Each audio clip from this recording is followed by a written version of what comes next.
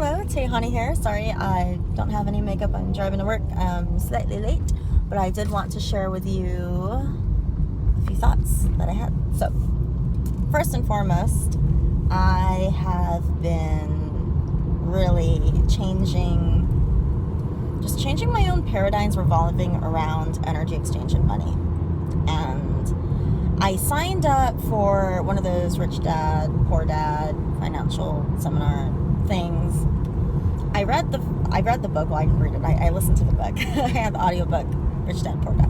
And it was cool. It was good.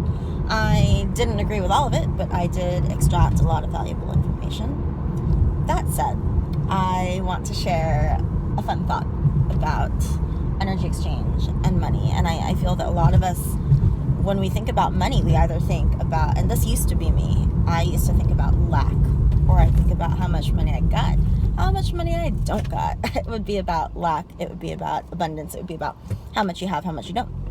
And I believe that if we live in a world of if we live in a world and a reality based upon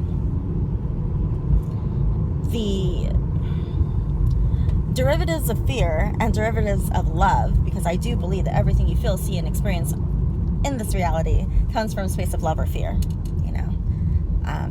That's really the truth of it. And on a side note, I was meditating on sadness, and I think sadness comes from a space of love. It does.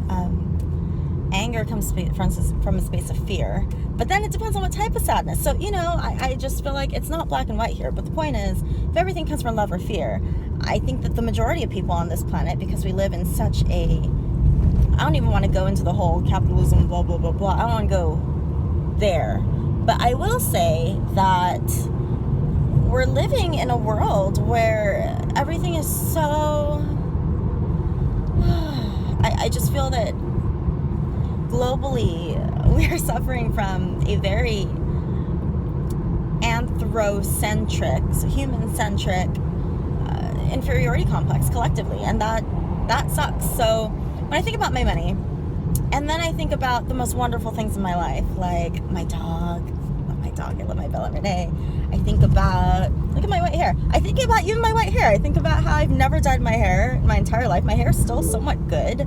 I used to have more hair than God. It's like falling out now. But I think about those things, and I feel so much love and gratitude and joy. Then I think about my money, and I realized, oh my God, I don't view my money that way. Of course, my money doesn't feel that good when I'm, because I used to be in this space where every time I pay my rent, I'd say, I am going to sign this check and say, with gratitude, thank you for having a place to live. I would sign my check for my electricity, thank you for having electricity. Well, now I have solar, so I don't need that. But anyway, I'd just, write different checks, and it would be with gratitude, thank you for having a phone to use and connect with other people. But that wasn't enough, because it was still not, there was still this emptiness in that. I mean, gratitude never feels empty, but the experience of money was not what it could have been. So I changed my viewpoints, my paradigms. Sorry, going through a tunnel. I changed how I view my money, and I'm like, I love my money. I cherish my money. Not from I need more and more and more space or standpoint, but from, every single dollar represents every single person